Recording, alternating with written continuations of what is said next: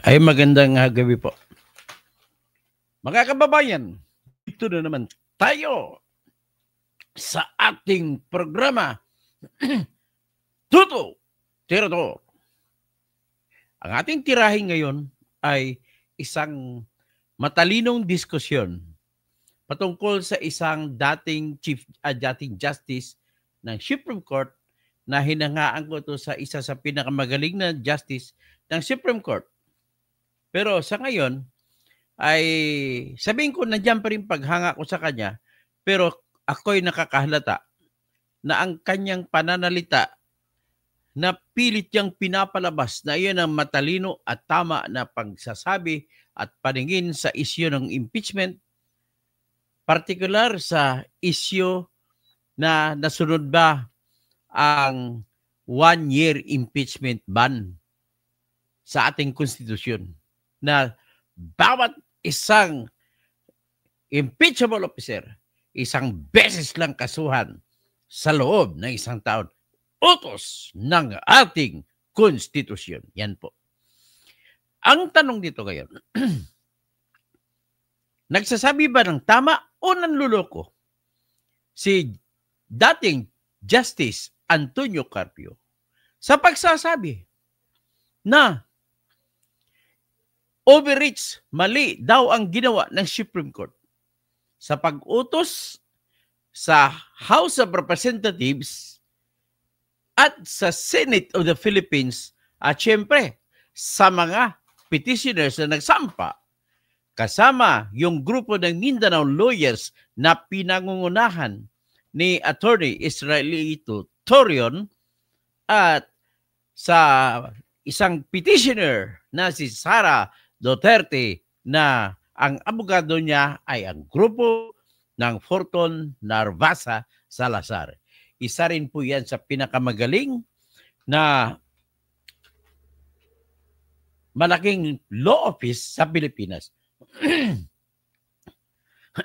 Pinangungunahan niya ni Attorney Siegfried Fortun at kasama na dyan si Attorney Narbasa na anak ni dating Chief Justice Narbasa at si Attorney Roderick Salazar na dati kong profesor sa pamantasan ng lungsod ng Maynila.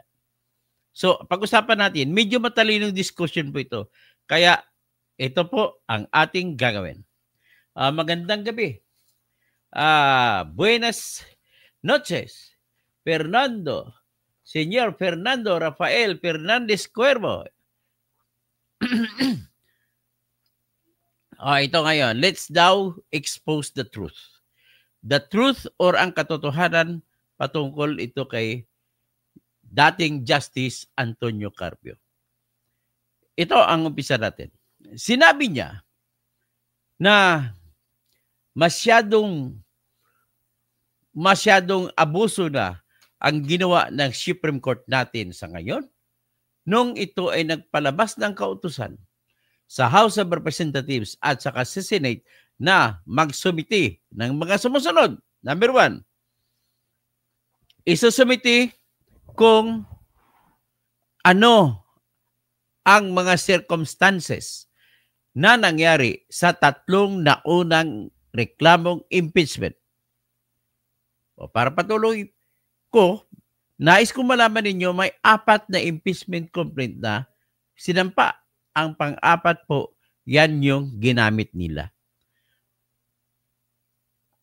Alam naman natin, base sa mga balita at hindi naman dinidanay at base din po sa petition ni Sara Duterte at ng grupo nila ni Attorney Israelito Torion na nabasa ko, ang unang reklamong impeachment ay nasampa noong December 2, 2024.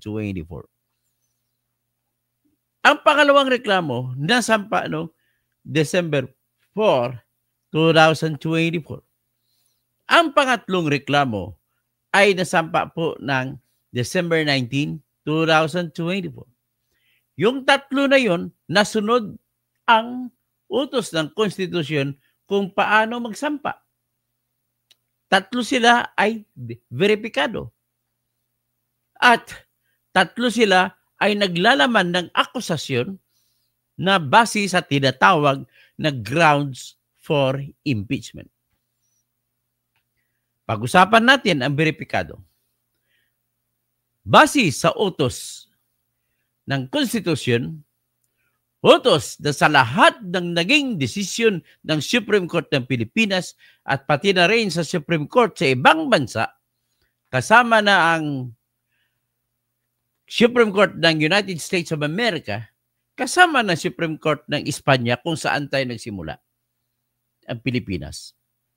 Sinasabi, ang isang reklamo ay veripikado lamang kung manunumpa ang nagsampa ng reklamo at kanyang sasabihin sa kanyang sumpa na siya ay makukulong kung siya nagsisinungaling.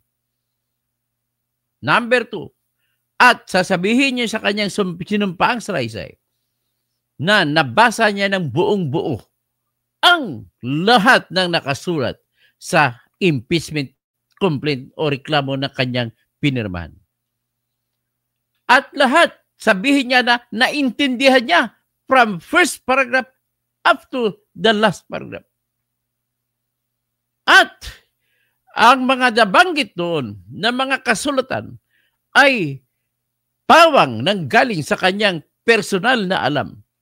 At kung hindi man personal na alam, dapat hango sa isang authentic na records. Yan po ang veripikado.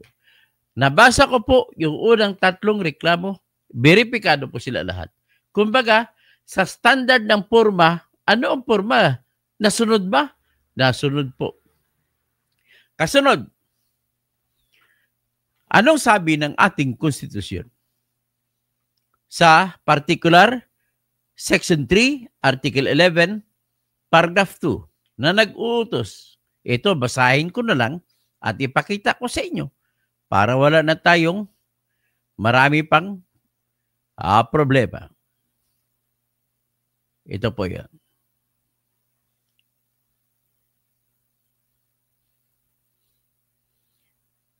O yan ang ating konstitusyon. Yan.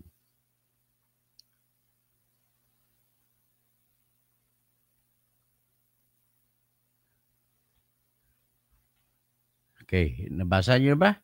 O yan ang ating konstitusyon. Nakalagay, ito sa Article 11. Ang title niya is Accountability of Public Officers. So may nakalagay sa Section 1. Hindi yan ang pakay natin. May nakalagay sa Section 2. Hindi yan ang pakay natin. Dito tayo titingin sa Section 3. Sa Section 3, nakalagay po, unang paragraph. Ano bang paragraph sa Tagalog? Talata. Unang paragraph ay nagsasabi, the House of Representatives shall have the exclusive power to initiate all cases of impeachment. Yan po ang sinasabi. Next. Ano ibig sabihin pala initiate? Yung magsampa ng reklamo, pati yung pag-action sa sinampang reklamong impeachment. Yan po ang ibig sabihin initiate o pagsisimula ng lahat ng kaso ng impeachment. Paragraph 2, a verified complaint for impeachment. Kailangan verified ang complaint. Pinaliwanag ko na sa inyo kanina anong ibig sabihin ng verified. Sinabi, kapag verified ang complaint, ay pwedeng isampa ng kasapi o miyembro ng House of Representatives o pwede rin ng mga ordinaryong mamamayan. Pero kailangan i-endorso ito ng isang member, kahit isang member ng House of Representatives. So yan nakalagay.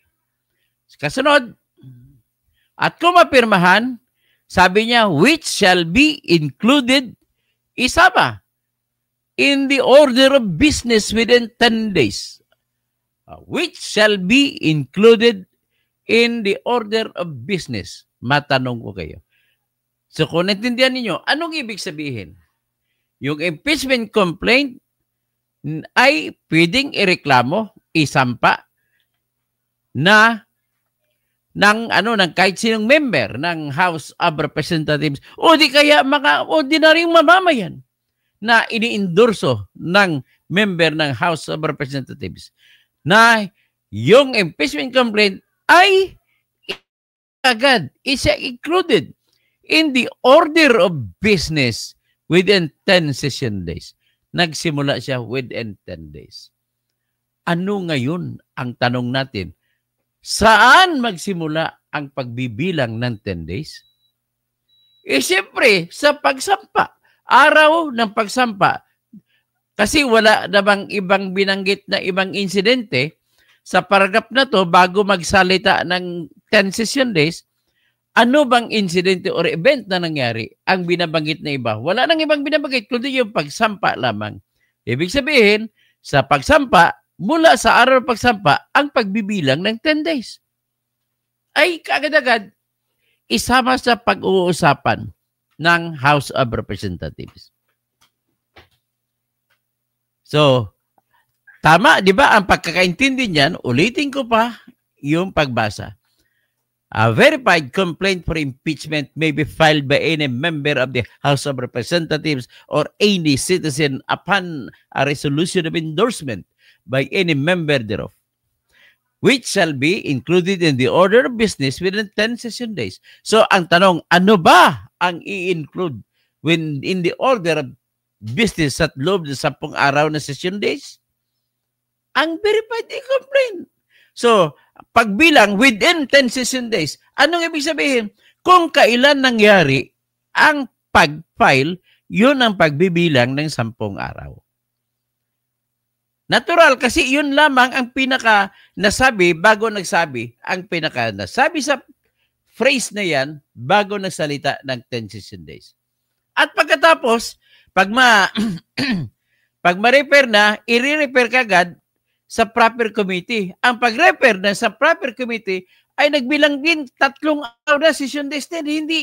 Hindi paligoy-ligoy, hindi forthwith, hindi immediately.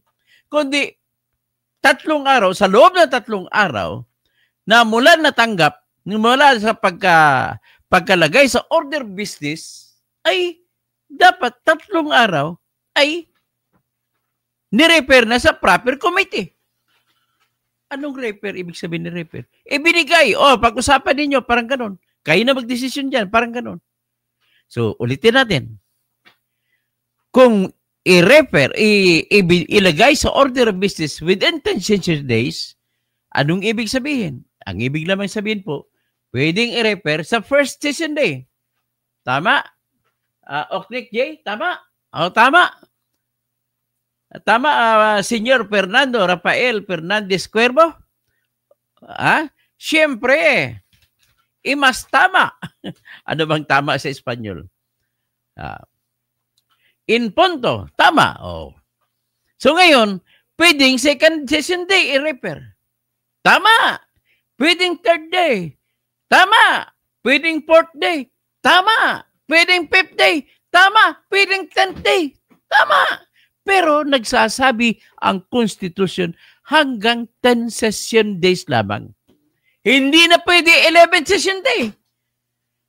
Nang ibig pong sabihin, kapag nilabagyan, ay pwede na makialam ang Supreme Court.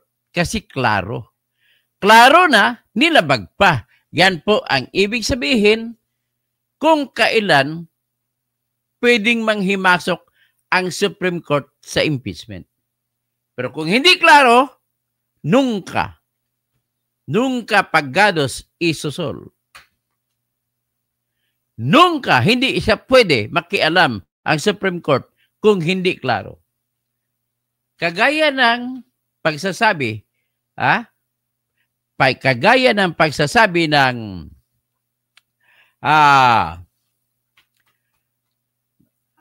ng 10 session days. Klaro, na 10 session days lang. Pero yung sinasabi na pinag-awayan na naalala siguro forthwith, hindi klaro ang forthwith. So meaning to say, pag hindi klaro ang forthwith, ibig sabihin, hindi pwede makialam ang Supreme Court. Kasi walang sukat, walang tamang sukat. Pero may tamang sukat within 10 session days. 10 días. Ano bang session sa Espanyol? 10 días sesiones. Hindi ko lang po, sesiones. Sabi ni Fernando Rafael Fernandez Cuervo, tama means cierto. Oh, cierto. Kung 100% correct, 100%. Okay. At least natututo ko ng Espanyol dito. Ciaro means right. Oh, ciaro, tama. Oh. Ngayon ko lang alam ng ciaro, right? Kasi ginagamit namin sa salitang Ilonggo yan. So, ibig sabihin, ulitin ko lang. Kapag ang mga bagay na pag-uusapan ay hindi klaro, ang Supreme Court pwedeng makialam. Pero kung klaro, kapag hindi klaro, hindi pwedeng makialam ang Supreme Court. Pero kung klaro, na nilabag na, ibig sabihin kung klaro na may paglabag, saka pa lang pwede makialam ang Supreme Court. Ha? Sharo! 10 días sesyon. 10 araw na sesyon. Pwedeng isampa unang araw,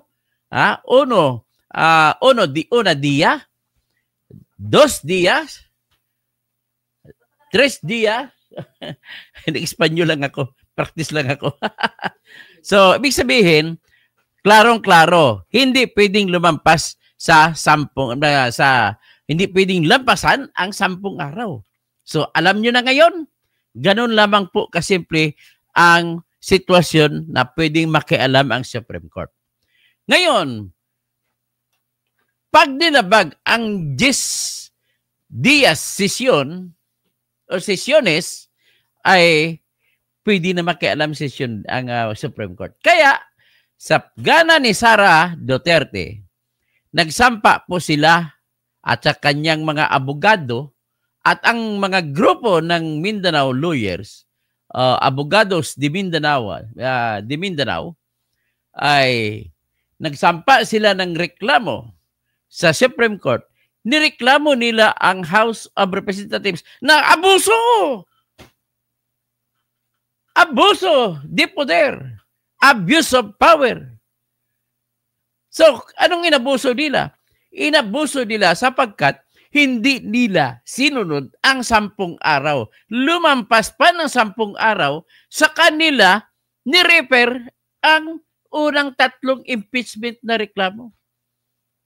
Sinampa, ulitin ko lang, noong Disyembre 2, 2024.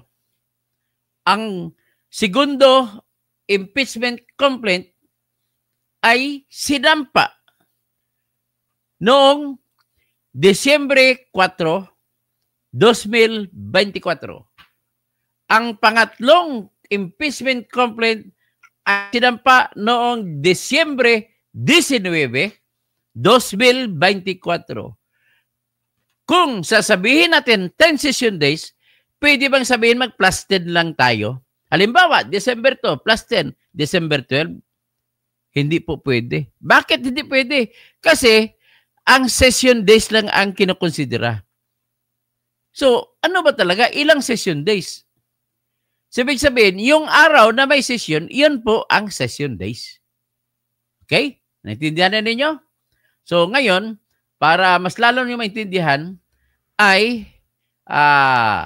maglalabas ako dito na yung findings ko, ilang araw na ba ang nangyari? Ito.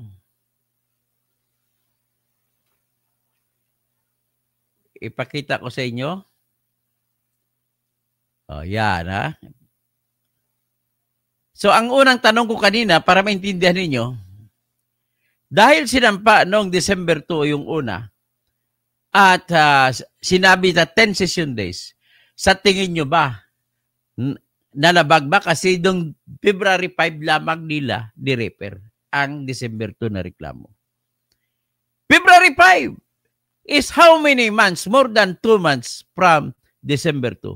So, 2 months and 3 days.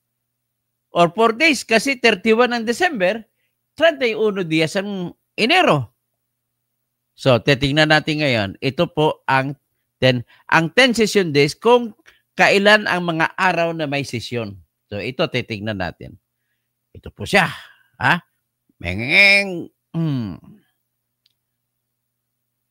Ito. Ladies and gentlemen, ito po ang nabilang ko na mga araw na may sesyon. Yan po siya. Saan ko binasi yan? Binasi ko po yan sa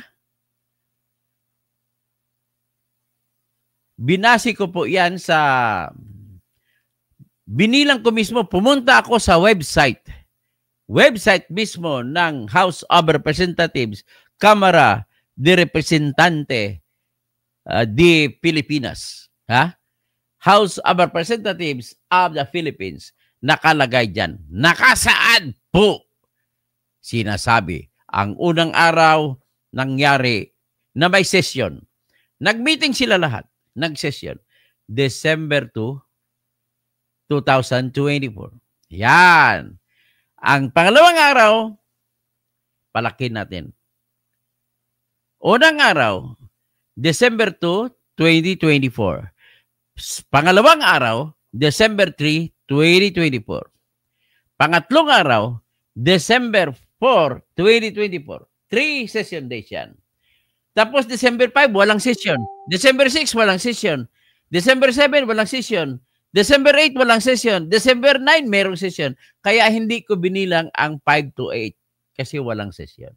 So, nakatatlo na tayo. So, December 9, pang-apat na araw na may session. So, December 10, pang-limang araw na may session. December 11, pang-anim na araw na may session. December 16, kasi ngayon, hindi ko naman binilang ang 12, 13, 14, 15 na December sapagkat walang session. So, nagsimula naman ako sa 16. So, pang-pitong araw na may session, December 16. Pang-walong araw na may session ay December 17. Pang-siyam na araw na may session ay December 18. Pang-sampung araw ay January 13. Ladies and gentlemen, matanong ko yun. Dahil December 2, 2024, sinampa yung unang reklamo, ibig bang sabihin, kailan ang panghuling araw na pwede i-refer sa proper committee? Ito po yung December 13. Very clear, December 13. Hindi na pwede i-refer sa yung pang-11 session day na January 13 pala. Hindi na pwede sa January 15. Sapagkat, pang-11 session day na yan. Pero kung pag-usapan natin, yung December 4 na sinampa ay pwedeng isampa sa January 20 sa 12 session day. So, yan January 20. Kung pag-usapan natin, yung January 19 ay pang-ilan siya? January 19. Tingnan natin. Nagsimula ang first day niya, 13. 1, 2, 3, 4, 5, 6, 7, 8, 9, 10. So, ang December 19 na sinampa, ang pang-10 araw niya ay February 5, yung 10th, ang 19th session day. So, naintindihan nyo na? Naintindihan nyo na? Ibig sabihin, kung susundin natin ang utos ng Constitution, balikan natin ang utos ng Constitution. Sinasabi sa ating Constitution, balik ko. So, nabilang na natin. Ibig sabihin po, lampas ng 10 session days ang nangyari sa 3 impeachment na reklamo. Balik tayo ngayon dito sa Constitution na nagsasabi. Ang sinasabi, ang hari sa Pilipinas dahil constitutional law tayo, ay ang Constitution. Hindi kagaya sa Espanya na rey o hari ang may-ari ng Espanya. Hindi kaya rey. So ito nakalagay. Sinasabi dito, a verified complaint for impeachment may be filed by any member of the House or any person with the endorsement of any member. Tapos, and which shall be included in the order of business. Itong crucial, within 10 session days. Kailan bilangin ang within 10 session days? Wala namang ibang tinutukoy. Hindi sa araw na pagsampa. 10 araw. Di ba? O ngayon, ang gusto palabasin ni ex-Justice Antonio Carpio, mali daw ang ginawa ng Supreme Court sa pag-uutos sa House of Representatives sa Senado. Ano ang nangyari sa 3 impeachment complaint na sinampa nung una? Mali ba yan? Mamaya na natin sagutin. Next. Nag-utos din ang Supreme Court sa House of Representatives at saka sa Senado na magsumite ng records ng session days, mga timelines. Mali ba yan? Sabi ni Justice Carpio, mali si Justice Carpio. Mamaya ko na paliwanag kung bakit. Sabihin, bakit? Ang tanong naman yan, bakit po nang hihingi ng mga petsa ng session ang Supreme Court? Sagot, kasi crucial. Crucial ang 10 session days. Dito nila malalaman na ang ibig sabihin sa ordinaryong interpretasyon natin, pag lumampas ng 10 session days, ay ibig sabihin, hindi nila sinunod ang Constitution natin na aksyonan dapat ang mga nireklamong impeachment sa loob ng 10 session days. Mamaya ko na sabihin kung ano ngayon ang ibig sabihin, anong magiging resulta kung hindi nasunod ang 10 araw. Nilampas ng 10 araw ay nakatulog pa rin, walang aksyon. Yan. Ang kasunod na hiningi ng Supreme Court sa House of Representatives at sa Senado, tinatanong nila kung may kapangyarihan o may choice. May choice ba o kapangyarihan ang Secretary General na upuan lamang ang mga reklamo na hindi niya ibibigay sa Office of the Speaker? May kapangyarihan ba siya? Yan ang tanong dyan. Ang tanong dyan, sabi ni Antonio Carpio, mali daw Supreme Court? Mali ba si Supreme Court o mali si Carpio? Sagot, mali po si Antonio Carpio. Magandang gabi, Domingo Baramida, dyan sa Santa Mesa. So, maray na banggi Bicolano man pala si Domingo. So anyway, yan po ang nakasalang ngayon. Yan ang sasagutin natin. Kasi marami ito, komplikado ito. Kaya sinisimple ko lang para maintindihan ninyo. Ang tanong lamang natin, tama ba si Carpio sa pagsasabi na nag-abuso ang Supreme Court sa paghingi ng ano ang nangyari sa 3 reklamong impeachment? Number 2, ano ang mga records ng mga session ninyo dyan? Ilang araw na session days na ba bawat araw? Nagtatanong po ang Supreme Court sapagkat alam na nila may session days pero hindi nila pwedeng sabihin na yung binilang nila ay kagaya sa pagbilang ko na nakabase lamang ako sa website ng House of Representatives. Pero actually, pwedeng gagawin ng Supreme Court yan sa tinatawag namin ng judicial notice na pwedeng tingnan at gawing ebidensya ng Supreme Court ng Pilipinas ang website ng House of Representatives. Pero hindi nila ito ginawa. Bagkus, gusto nila yung formal na manggaling mismo sa bibig ng mga congressmen kung ilang araw ba, ano mga schedule ng session. Yan. Ang kasunod na tanong, kung may kapangyarihan ba si House Secretary General Reginald Velasco na magpatumpik-tumpik at hindi niya isasabit? Kita mo mga tanong. Sabi ni Antonio Carpio, bawal daw yun. Ang sagot ko naman, no ay bawal. Walang bawal.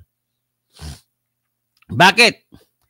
Ang batas po kasi sa atin, Christiana Chu, ito po yon. Lahat ng mga bagay, trabaho ng pulis, trabaho ng mga kung ano man politiko, trabaho ng teacher sa pagtuturo, trabaho ng mga, sabihin natin, ng doktor sa paggagamot, trabaho ng abogado sa pagdidepensa sa kliyente, lahat po yan ay tinitingnan sa batas ng ebidensya na ginawa nila ng maayos. Okay? Lahat po yan sa unang tingin na ginawa nila ng maayos. Maliban na lamang, maliban na lamang kung klarong-klaro na binaboy na ang kanyang trabaho ay hindi mo na pwede tanggapin na tama ang kanyang ginawa. Anong ibig sabihin? Sabi ni Antonio Carpio, hindi mo na pwede tingnan o sisain ang trabaho ng House of Representatives dahil tinitingnan niya na tama na ginawa. Tama siya, Carpio? Tama sana kung walang ebidensya na mali-mali. Ang problema, klarong-klaro ang mali. Klaro ang ebidensya. Ang ebidensya, December 4, sinampa. Kailan inaksyonan? February 5. Ilang araw lumipas. Kaya, very clear ang evidence. The rule of evidence dictates all lawyers, all courts, all offices, every people, that ignorance thereof is non-excusable. The evidence declares that if there is clear and convincing evidence showing na may mga mali-mali, ay hindi mo na bibigyan ng pagtingin na tinrabaho ng maayos ang trabaho. Ang tawag niyan sa amin na lingwahe, oy kapatid, ang kapatid kong si Dennis Causing, ang tawag diyan, it is always presumed that when a public officer performs his job, he is just doing his job. Kung ang pulis ay nag-aristo, trabaho niya mag-aristo, ay maayos ang trabaho niya, nagtrabaho lamang siya.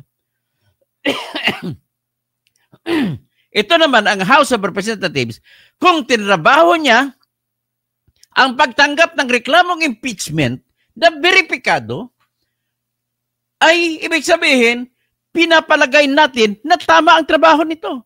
Na nasa loob ng 10 session days ginawa ang pag-refer. Kaya lang, klarong-klaro naman, clear and convincing naman na from December 2 hanggang February 5 ay napakalayo, 2 buwan mahigit ang lumampas. Kaya mali si Antonio Carpio sa pagsasabi na mali ang Supreme Court sa pangingialam ng trabaho ng House of Representatives kung nasunod ba ang 10 araw na sesyon o hindi. Yan ang trabaho. So yan lang muna para maintindihan ninyo. Mag-part 2 tayo dito. May part 2 ako gagawin. O hanggang dito na lamang tayo. Buenas noches, señores, señoras. In my hermano, Dennis Causing. Buenas noches. Si Pastor Rodi Rabi. Okay, so nakita ninyo hanggang dyan lamang ako. Si Domingo Baramida. Hanggang dyan lamang ako para maintindihan natin. Kasi pag ginabaan ko, baka hindi nyo na maintindihan. Ulitin ko lang, summary speaking. Kung ang trabaho ng kahit sino ay ginawa, ay pinapalagay natin na ginawa niya ng maayos. Kung ang pulis mag-aristo, ibig sabihin, tama pag-aristo niya na sunod niyang utos ng batas na nahuli niya sa akto na gumagawa ng krimen ang inaaristo. O di kaya, meron siyang hawak na warrant of arrest. Pero kung klaro na walang warrant of arrest at kung klaro na wala namang ginawang krimen at inaristo, pakialaman siya ngayon. Hindi pwedeng ipagpalagay na tama ang pag-aristo niya. Gaya rin na sinagawa dito ng House of Representatives. Hindi natin sila pakikialaman kung hindi natin nakikita ang depekto. Kaya lang, nagkaroon ng depekto na klarong-klaro kasi inutos po ng ating Supreme Court sa ating Constitution nag-utos na kailangan sa loob ng 10 araw na session ay ibigay na kalendaryo na pag-usapan na kagad. Pwedeng gawin sa first session day, pwedeng gawin sa second session day, pwedeng gawin sa third session day, pwedeng gawin sa fourth session day, fifth hanggang sa 10th session day lamang. Hindi niya pwede gawing 11th session day. At kung nangyari na, sumobra na, pwede na tayong makialam. Pwede ng Supreme Court makialam. Bilangin ba naman, December 2 sinampa. Pagkatapos, February 5 na lang ni-refer. So bakit, ito na lang ang itatalakay ko, bakit kailangan pakialaman ng Supreme Court? Itong araw na to. Crucial ang araw na ito. Sapagkat, inutos din po ng ating konstitusyon, balikan ko ang ating konstitusyon. Inutos ng ating konstitusyon na isang impeachment complaint lamang ang pwedeng isampa. Isang impeachment complaint lamang ang pwedeng isampa. Yan, sa loob ng 1 taon. Yan po ang utos ng ating konstitusyon. Dito pong utos niyan makikita sa paragraph 5. No impeachment proceeding shall be initiated against the same official more than once within a period of 1 year. So yan kung bakit nakialam na ang Supreme Court. Ang tanong ngayon ng Supreme Court, posibleng nalabag ang 10 session days at ang 1 impeachment rule. So ibig sabihin, klaro na nakikita ng Supreme Court, mukhang may paglalabag.